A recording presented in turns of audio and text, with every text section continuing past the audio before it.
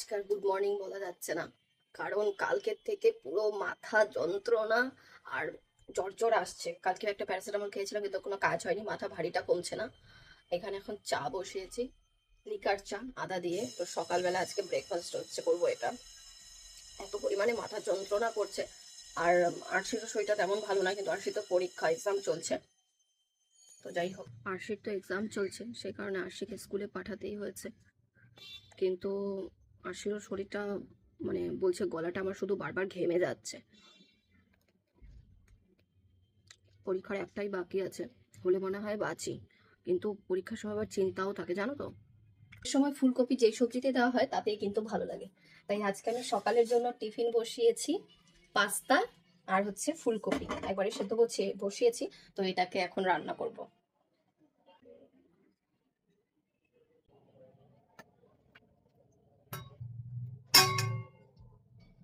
এটি কিন্তু 100% দুরম গম, এতে কোনো ময়দা অ্যাড করা নেই এবং প্রোটিনের উৎস, জিরো কোলেস্টেরল এবং ট্রান্স ফ্যাট ফ্রি, এবং এতে এক্সট্রা করে কোনো কৃত্রিম রং বা গন্ধ অ্যাড করা নেই। এটা জাস্ট সেদ্ধ হয়ে যাওয়া মানে রান্না হয়ে যাওয়া। পাস্তাটা এতই ভালো আর খেতে এতই ভালো লাগে, শুধু সেদ্ধ করলেই মনে হয় খাওয়া যায়। কিন্তু তারপরেও একটু ভেজিটেবল দিয়ে নেড়ে নিই, ভালো লাগে তার খেতে।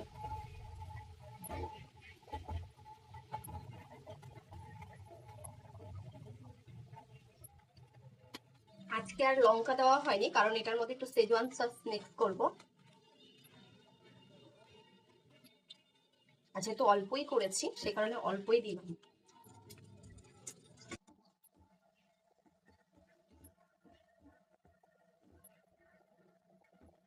এবং এটি কিন্তু 100% ভেজিটেরিয়ান, এবং এটির আকৃতিও কিন্তু একদমই নিখুঁত, তাই কুকিংয়ের সময় সস এবং ড্রেসিং কিন্তু খুব ভালো ভেতরে যায়। বারান্দায় বসে বসে খাবো আর লোকজন দেখবো। দারুণ হচ্ছে।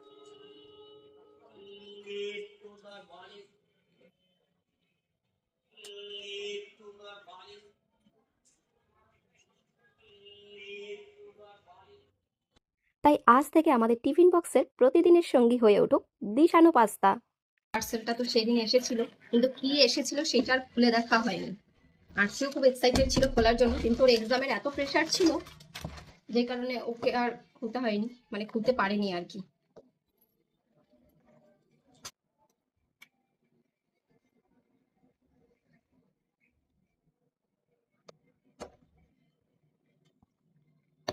পার্সেল খুলতে কার না ভালো লাগে বলো। এইখানে দেখো একটা দরকারি জিনিস এসেছে। সেটা হচ্ছে, আমরা যে ফিশ যখন বাজার থেকে তো অলমোস্ট ছাড়িয়েই নিয়ে আসি, কিন্তু তারপরেও মাথার সামনে আর নিচটার দিকে কিন্তু থেকেই যায়। তো সেইটার জন্য এই মেশিন টানা হয়েছে। পেছন দিকে এরকম ধরনের একটা ব্লেড মতো রয়েছে, যেটা ঘষলে নোংরাটা এটার মধ্যে চলে আসবে, গায়ের মধ্যে আর ছিটে আসবে না। আর এটার মধ্যে আছে একটা হচ্ছে এইরকম ধরনের, যেটা ওই রকমই টাইপই, কিন্তু এটা হচ্ছে এরকম খোলা। এটা খুলি, এটার মধ্যে মনে হচ্ছে আমার কোনো বিউটি কেয়ার প্রোডাক্ট রয়েছে।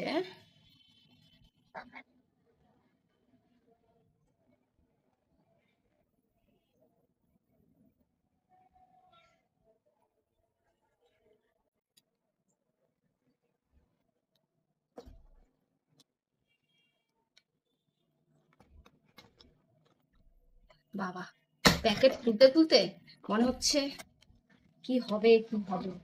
ও, এখানে এসেছে অ্যাসিটন। অ্যাসিটন বলতে হচ্ছে নেল রিমুভার।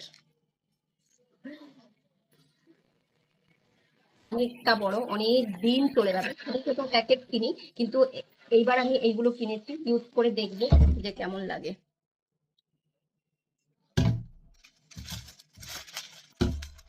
এই দুটো মনে হয় 120 টাকার মতো দাম নিয়েছে, কিন্তু ভীষণই ভালো জানো তো।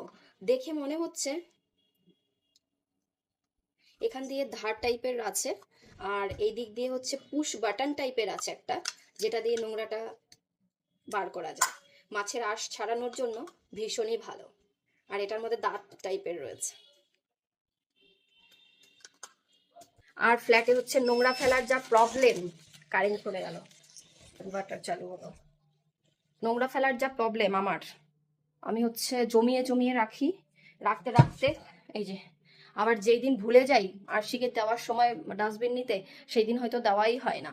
যারা নেইল এক্সটেনশন করতে আসে তাদের কাছে থাকে হচ্ছে এরকম অ্যাসিটোনগুলো, মানে তারা যে নেইলগুলো রিমুভ করে সেইটার থেকে দেখে আমি এখন একটা অর্ডার করেছি। আমি এত জানি না কেমন হবে, ইউজ করে তোমাদের সাথে শেয়ার করবো যে কীরকম হবে। আমি এটার মধ্যে ঢেলে রাখবো, পাফ কিনিনি, মানে যেটার মধ্যে পুশ করে বার করে, এটা তুলতে গিয়ে মনে হচ্ছে নখই ভেঙে যাবে। খুব শক্তভাবে লাগানো আছে যাতে লিক না হয়।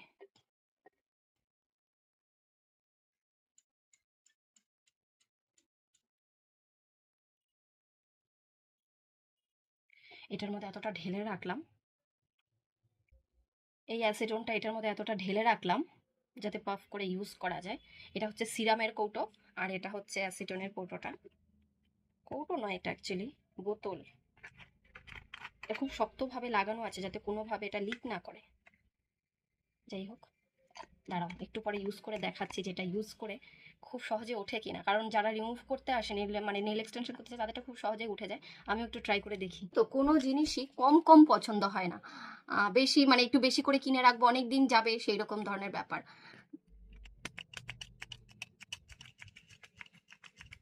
দেখা যাক ওঠে নাকি।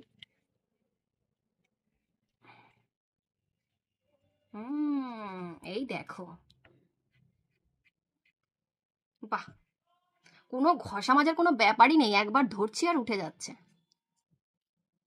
এটা ভীষণই ভালো, মানে ওদের কাছ থেকে যারা নেল এক্সটেনশন করতে আসে তাদের কাছ থেকে দেখেই তো আমি অর্ডার দিয়েছি, তো এটা ভীষণ ভালো কাজ করছে। এই দেখো,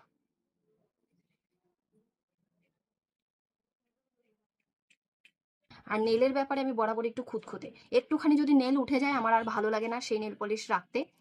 বেশিরভাগ সময় এখন কাজের চাপে আর হয়ে ওঠে না, কিন্তু তারপরেও ভালো লাগে না যেন। খুব ভালো এই যে জিনিসটা, খুব তাড়াতাড়ি দেখো উঠে যাচ্ছে।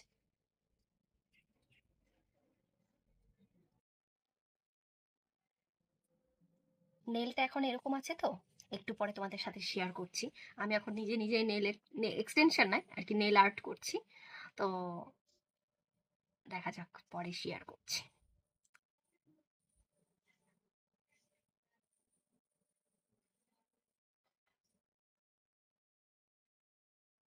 দেখো, ট্যান ট্যানা, কেমন লাগছে বলো? আমি অনেক এরকম করে রাখি, মানে এর আগে অনেকবার রেখেছি, তবে একটু টাইম লাগে বলে। আর নেল এক্সটেনশন করলে না নখটা খুব পাতলা হয়ে যায়, মানে ঘষে যেহেতু, তো সেই কারণে নখটা যেই অবধি আবার এখান থেকে বেড়ে এই অবধি না আসে সেই অবধি নখ ভাঙতেই থাকে ভাঙতেই থাকে। তো পুজোর সময় যেহেতু নেল এক্সটেনশন করেছিলাম, তো সেইটা বেড়ে এই অবধি এসেছে। তারপরে হচ্ছে এখন আমি নেল এক্সটেনশন, মানে এই নেল আর্টটা করলাম। এটা পুরো ন্যাচারাল লাগে দেখতে। তোমাদের কেমন লাগছে জানিও। সে কি রান্না করবো জানো? এখানে সবজি বসিয়ে দিয়েছি, এই দেখো। তোমরা অনেকেই হয়তো পছন্দ করো, আবার কেউ কেউ গন্ধ শুনলেই বাড়ি থেকে পালায়। তো যাই হোক, আজকে আমি শুটকি মাছ রান্না করব সবজি দিয়ে, মানে শীতের সবজি দিয়ে শুটকি মাছ, বেশি করে ঝাল, ধনেপাতা, পেঁয়াজ, রসুন দিয়ে। একবারে ঠিক যেমন ভাবে চাইছিলাম তেমন ভাবে শুটকি মাছটা রান্না হয়েছে। দেখেই আমার জিভে পুরো জল চলে আসছে। অ্যাকচুয়ালি ঠান্ডা লেগেছে, কিছুই খেতে ইচ্ছে করছে না, আর এটা দেখে মনে হয় একটু খাই। যেমন করে চেয়েছিলাম তেমন করেই রান্না হয়েছে। আর আমার ননস্টিকের কড়াইতে রান্না করতে করতে এমন বদ অভ্যাস হয়ে গেছে, এখন এই কড়াই দিয়েও না রান্না করার সময় মনে হয় কি হাতাগুলো ধরে ফেলি। শুটকি মাছটা ঠান্ডা লেগেছে, জ্বর জ্বর লাগছে, কিছু খেতে ইচ্ছে করছে না, সেই কারণে শুটকি মাছটা কিরকম করে রান্না করা হলো যাতে একটু খেতে পারি ভাত।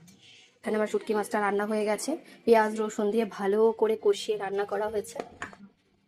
জানো তো আরশিও ট্যাংরা মাছ তো পছন্দ করে, কিন্তু আরশিও কিন্তু শুটকি মাছ খায়। এটা কিন্তু তোমাদের সাথে একটা গুড নিউজ শেয়ার করলাম। যাই হোক, আরশিও শুটকি মাছ খায় আর কি, পছন্দ করে না কিন্তু খায়। তো আরশি কালকে যেহেতু ট্যাংরা মাছ রান্না করেছিলাম, সেই কারণে ট্যাংরা মাছ রয়েছে, আরশি ট্যাংরা মাছ আর শুটকি মাছ দুটো দিয়েই খাবে।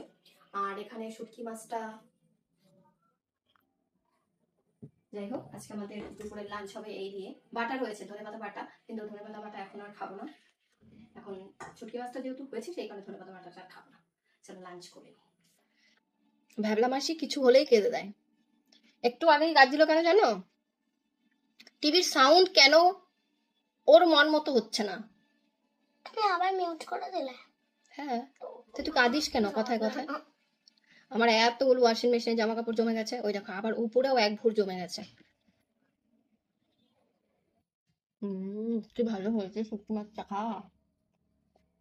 শুভ সন্ধ্যা সবাইকে। আমরা শীতের ড্রেস পরলাম এবছরের প্রথম, আরশি তো পরে নিয়েছে, আমি পরলাম প্রথম। এখন আরশির কালকে জিকে এক্সাম, কিন্তু আরশির তত চাপ নেই বলে আরশি একদম আমাদের জিকে স্কুলে সবই গেম, সবই গেম। জিকে সব গেমের মতো, এর জন্য তো জিকে বেশিক্ষণ লাগে না। লেখা এক্সাম তো। জানি, কিন্তু জিকে অনেক গেম। জিকের মধ্যে জিকে আমার ভালো লাগে কারণ ওটা একটা পুরো গেম, আর ওটার দিনে আমরা সবাই পরীক্ষা থাকলেও বেরোতে পারি জিকের দিনে। কাকে কি বলেছে মজা আমার বলো? তো জিকে এক্সাম, তুমি আমাকে কালকে একটু বাইরে নিয়ে যাও। যাই হোক, এতদিন এক্সাম দিয়ে দিয়ে মেয়ে টায়ার্ড হয়ে গেছে, এখন মেয়েকে নিয়ে একটু বেরোতে হচ্ছে। চলো, আমার ভিডিও করে দিবি তো? করবো। এখন তো করবো বললে, তারপরে গিয়েই শুনবে তোমার ভিডিও তো আমিই করে দিই, আবার গিয়ে খাবারের দিকে সাইডের দিকে চেপে থাকবে যাতে ভিডিও করতে না হয়। আমি তো ঘর মুছি হচ্ছে হাত দিয়ে, মানে বসে বসে, কিন্তু এখন মনে হচ্ছে বসলে মনে হচ্ছে মাথাটা ভারী ভারী। আমার মগ আছে, কিন্তু এই মগটা দেখে আমার ভালো লেগেছে। মগ দিয়ে আমি ঘর মুছতে পছন্দ করি না।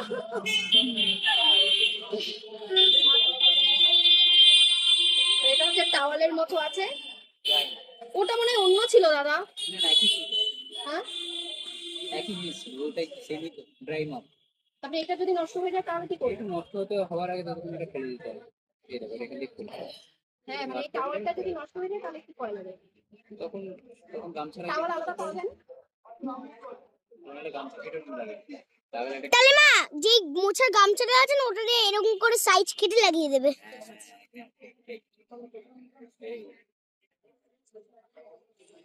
খাবারের গন্ধ এরকম করে দিতে হবে। কি খাবে ডিসিশন নিতে নিতেই দিন শেষ। কি খাবেন? খাবো না কি আমি? কি খাবেন? এক্সাইটেড, ওভার এক্সাইটেড হয়ে গেছে। কি খাবেন বলেন? ডিসিশন নিতে হচ্ছে না কি খাবে। সেখানে নিয়ে দাঁড়িয়ে পড়েছেন চিকেন স্যান্ডউইচ, এসে চিকেন স্যান্ডউইচ কি খাবে ডিসিশন নিতে পারছে না। একবার বলছে পিজা, খাবার পেলে আবার বলছে, আমি বলছি, আমি বলছি তুমি কি খাবে? আমি কিছু খাবো না, আমি ফুচকা খাবো। বলে তাহলে আমিও ফুচকা খাবো। সিঙ্গারা খাবো। আচ্ছা, ফুচকা খাবে না তো? ফুচকা খাবো। এক্সাম শেষ হলো হচ্ছে এরকম ট্রিট পাওয়া যায়, বুঝলে, যা চাই তাই খাওয়া যায়। স্যান্ডউইচ খেয়ে হয়নি, এখন আবার সিঙ্গারা, ব্যাস সিঙ্গারা খেয়ে বাড়ি তো। হ্যাঁ, আজকে কিন্তু ফুচকা খাবে না বলেছে। উড়বইছি পানি। তাও করে এখন এসেছি পার্কে, ওই দেখো এসেই শুরু হয়ে গেল। আর বলছি একা একা পার্কে ভালো লাগে না, আমি বলছি চল তাহলে বাড়ি, সেটাও যাবে না। অনেক বাচ্চা আছে, 9টা অবধি খোলা থাকে এই পার্কটা, ভীষণ ভালো। আসি আরো 4-5 বার এসেছে এখানে, তখন ফ্রেন্ডরা ছিল।